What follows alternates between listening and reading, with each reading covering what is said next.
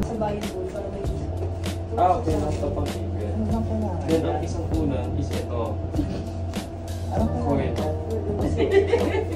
Sabi siya, customer na may design nito. Pero ito likod to sa... Oo, likod yan. Iyak na.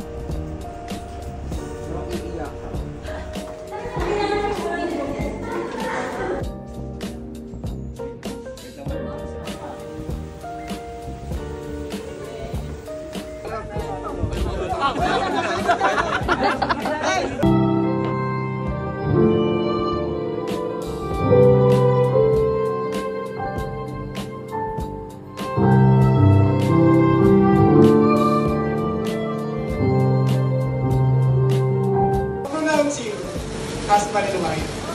4, 3, 2, 1.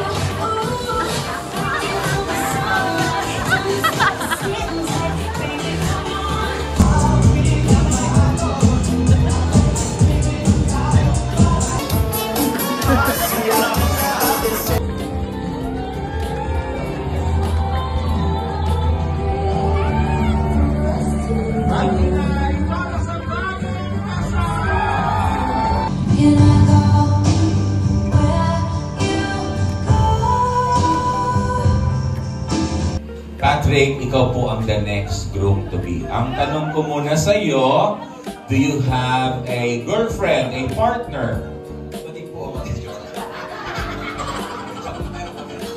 Nasaan po yung partner? Okay, so okay lang naman yan, sir. Ito yung katuwaan lang naman, ha? Yung dalawang nag-iwang girls, kayong dalawa po, holding hands, both hands. Okay. Mga kaibigan, dahil dalawa na lamang pong naiwan, hindi na kayo mag-aagawan. Kung sino ang pipiliin ni Risa tonight to be the next bride-to-be, automatic siya yung bibigyan natin ng chair. Ma'am, from this to, sino po ang gusto niyo? Ituro niyo lang. Kanan or kaliwa? Siya. Okay, so you are chosen. What's your name po, ma'am? Sophia. Joshua, a slice of cake to your beautiful wife, Riza.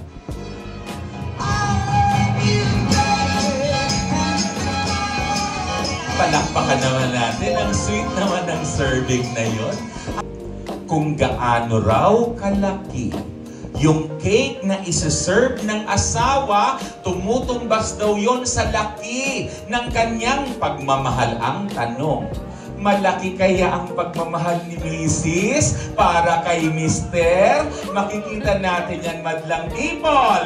Go!